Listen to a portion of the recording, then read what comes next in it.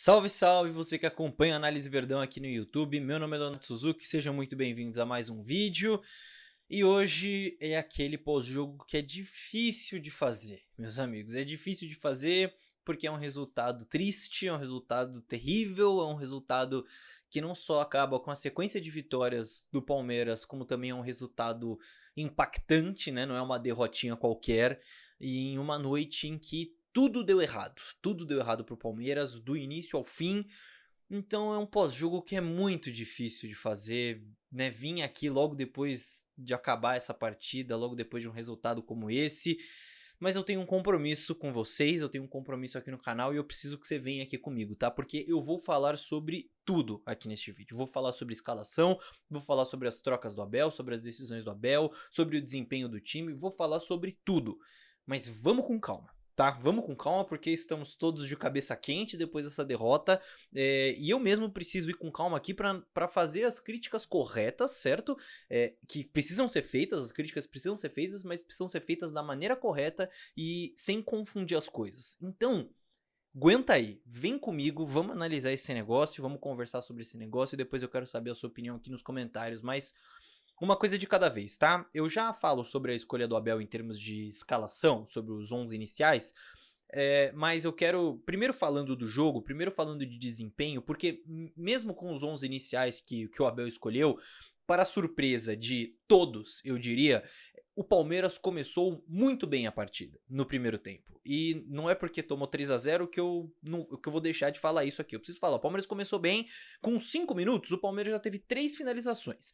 Uma com o Mike num cruzamento, uma com o Rony num escanteio e uma com o Gabriel Menino, que foi a grande chance do Palmeiras enquanto ainda estava 0-0. Aquela chance que você tem que fazer. Eu venho falando em várias análises pós-jogo aqui seguidas, como o Palmeiras tem perdido muitos gols. Isso se repetiu contra o Fortaleza nos últimos jogos. Não fez falta, nesse fez. Talvez se o Palmeiras tivesse feito 1-0 ali com o Gabriel Menino, a história do jogo, talvez não, com certeza a história do jogo teria sido diferente. Fez falta. Palmeiras não fez, teve a sua chance e perdeu. O Fortaleza teve a sua chance e fez. É o famoso quem não faz toma. O Palmeiras cedeu essa chance pro Fortaleza, né? Foi um erro claro ali do Naves. Nem preciso ficar comentando, ficar martelando isso, porque obviamente, né, obviamente é um erro dele, ele tentou cruzar a bola ali, era uma bola que o Palmeiras estava instalado totalmente no campo de ataque, e não tinha nem como recompor o time, porque a jogada é muito rápida, um passe rápido, uma definição rápida e muito boa do Lucero, enfim, e o Palmeiras teve sua chance e não fez, cedeu a chance e acabou tomando. E quando eu vi aquela escalação com muitos jogadores de mais velocidade, de mais vantagem física do que técnica dentro de campo, eu imaginei que seria uma coisa que o Palmeiras ia explorar mais. Só que com a falha do Naves e com o gol, isso precisou mudar. E com metade do primeiro tempo, era 70% de posse de bola pro Palmeiras. E incrivelmente, você tinha uma ou outra coisa saindo dali. Eu acho que, de verdade, gente, eu acho que falando sobre o primeiro tempo, coletivamente, eu acho que o Palmeiras fez o que estava ao seu alcance. Eu acho que o Palmeiras fez o que dava pra fazer. Honestamente mesmo, em termos de padrão, os padrões seguiam claros, a ocupação de espaço seguia clara, mesmo com outros jogadores. Então, no primeiro tempo, era um Palmeiras que fazia a saída com Rocha, Naves e Murilo, tinha Aníbal e Zé como dupla de volantes à frente, tinha Mike e Piquerez abertos, tinha Menino e Caio Paulista vindo de fora pra dentro e o Rony como um centroavante. E numa boa, gente.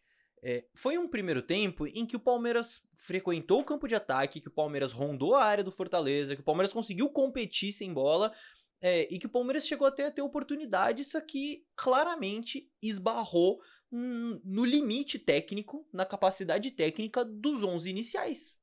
Eram 11 iniciais que tinham um limite ali pra jogar mais por dentro, pra tomar melhores decisões. Então, muito erro técnico. O Menino errou muito. O Caio Paulista muito abaixo tecnicamente. Então, faltou qualidade e faltou característica pra isso no time que entrou em campo, né? E mesmo assim, você ainda teve cabeçada do Naves em bola parada perigosa. O Menino subiu umas 2 vezes sozinho de cabeça. Teve um chute do Flaco de fora da área no final do primeiro tempo.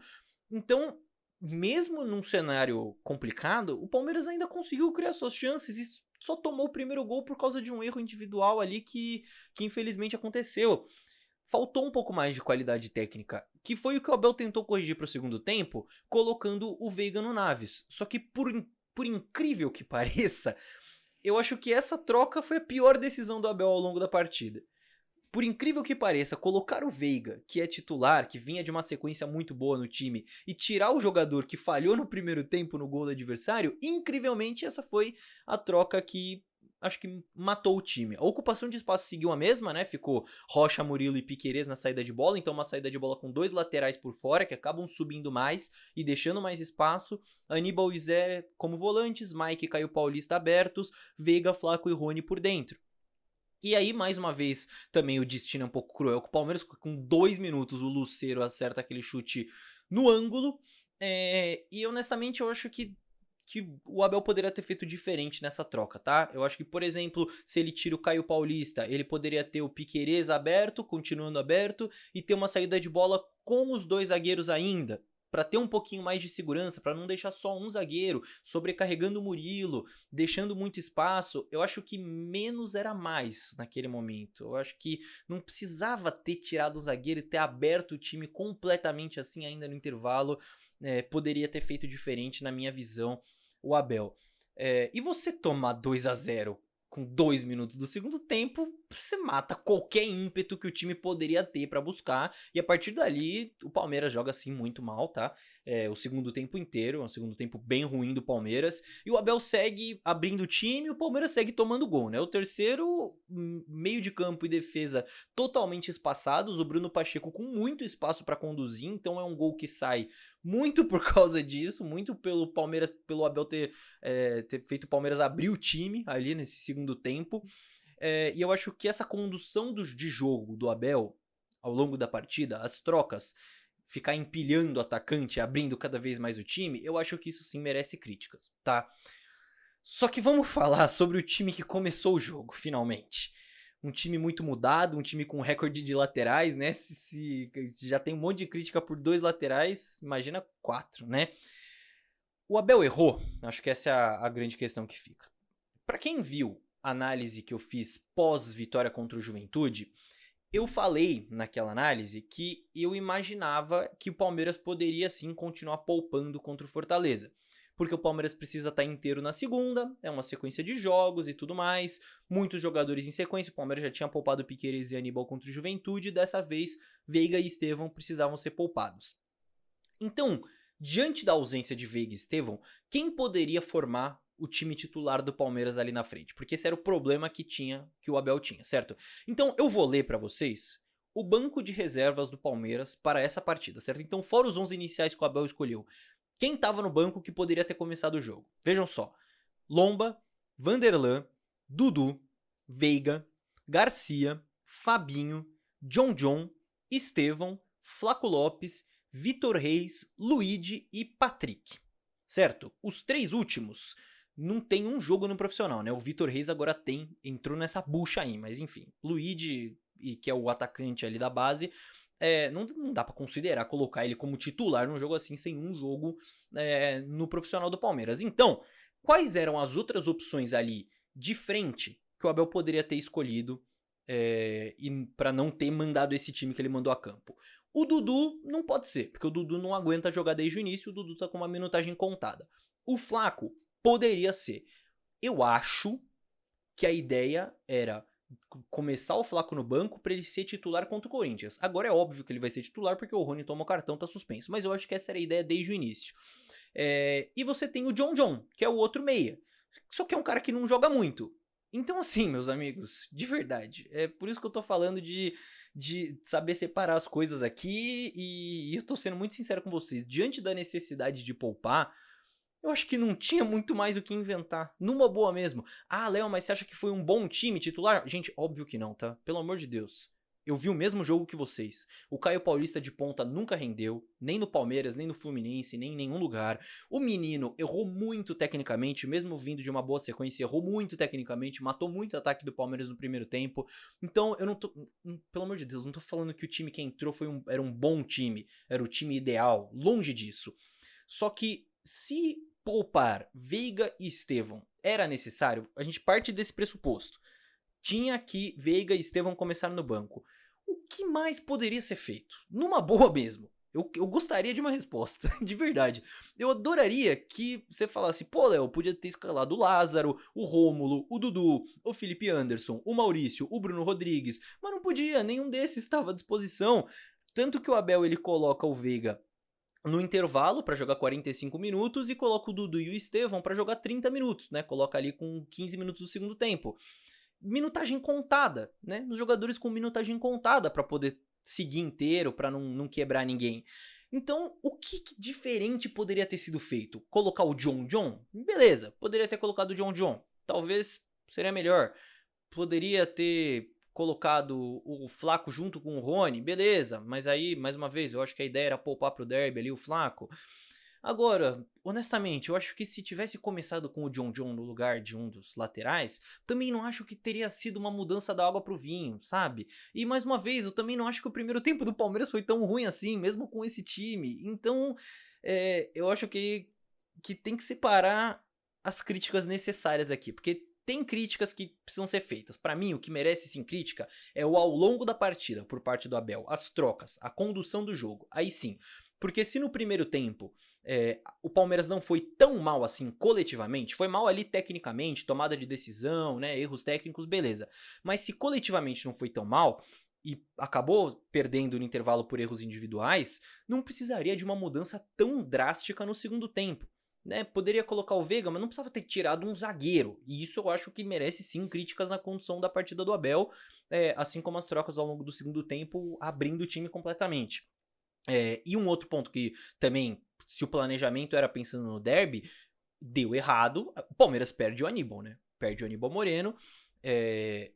Fabinho vai ter que jogar no derby. Também gosto do Fabinho, mas se é pra pensar no derby, claramente é uma coisa que deu errado o Aníbal não poder jogar. Fora o Murilo, que sai lesionado, e isso também tem a ver com a troca do Abel, tá? Porque o Abel, ele tira um dos zagueiros, deixa só o Murilo como zagueiro, você tem Marcos Rocha e Piquerez subindo a todo momento, e o Murilo fica sobrecarregado. Numa jogada, ele acaba se lesionando, tomara que não seja nada sério, mas ele acaba tendo que sair. Então, é uma questão que também tem a ver com a troca que o Abel fez, que, na minha visão, ele poderia ter escolhido uma outra alternativa por ali. Certo? Mas essa é só minha visão, gente. Podem me cornetar aí, tá? Fica à vontade. Numa boa. Eu estou gravando isso imediatamente após o jogo. Vou postar esse vídeo. Estou postando aqui imediatamente após a derrota do Palmeiras. Uma derrota por 3-0. E eu sei que eu estou sujeito a isso. É um momento que tá todo mundo de cabeça quente. Que todo mundo só quer pensar em xingar todo mundo e mandar todo mundo embora. Mas se fosse pra eu abrir a câmera e sair xingando todo mundo, o nome deste canal não seria Análise Verdão. Numa boa, a gente tenta fazer diferente aqui e a minha análise aqui é realmente o que eu acho. Eu acho que tem questões que merecem críticas e tem questões que estão entrando nesse balaio das críticas simplesmente porque a gente tomou um 3-0. Eu acho que não tinha tanta grande alternativa assim pro time titular, mas eu acho que as trocas sim acabaram fazendo com que o Palmeiras se perdesse um pouco no jogo. E o timing pra tomar os gols foi uma desgraça também, né? Porque o Palmeiras começa bem, aí toma o gol com menos de 10 minutos. Aí volta pro segundo tempo, já toma o gol com 2 minutos. É realmente uma noite em que nada deu certo, meus amigos. Uma péssima jornada, um vídeo difícil de ser feito, mas vamos tentar olhar pra frente agora, porque a gente tava vindo de uma sequência boa, o Palmeiras tava com boas atuações, engatou uma sequência de boas atuações contra Vasco, contra Atlético Mineiro, Bragantino, Juventude, enfim. Vamos tentar se recuperar e fazer com que esse resultado, por pior que seja, não abale tanto o Palmeiras. Era uma rodada que o Palmeiras poderia terminar líder e tá terminando em quarto colocado, então isso também é péssimo, mas vamos tentar, vamos canalizar nossa energia para que isso não tenha consequências tão negativas, porque a gente tem um derby na segunda-feira. E se o Palmeiras simplesmente retomar o desempenho que estava tendo nos jogos anteriores, com todos à disposição, né, todos possíveis, já que o Aníbal não vai poder, se ganhar o derby, o clima já muda e o derby agora, obviamente, se torna ainda mais importante, certo, meus amigos? Então, é isso. Falei muito já. Quando é derrota, principalmente derrotas acachapantes como essa, o vídeo acaba ficando um pouco mais longo, mas eu não posso omitir aqui nada, eu tenho um compromisso com vocês aqui nessas análises pós-jogo, certo, meus amigos?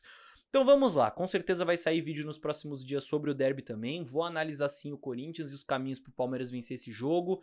Também vai ter vídeo de contratação, o Palmeiras vai anunciar aí logo logo, acho que perdeu um pouco o time, né, Palmeiras demora um pouquinho, mas enfim, logo logo deve vir anúncio e vai ter vídeo aqui no canal, vai ter muita análise, então bicho, fica ligado aí, tá? Fica esperto, o jogo é só na segunda-feira e vai ter muito conteúdo aqui no canal entre o jogo contra o Fortaleza e o jogo contra o Corinthians, então inscreva-se, fique esperto aí, porque mesmo depois de derrota eu vou preparar assim bastante conteúdo pra vocês. Tá bom, meus amigos? Então, no mais é isso. Muito obrigado pela companhia em mais um vídeo, vejo todos no próximo. Tchau, tchau.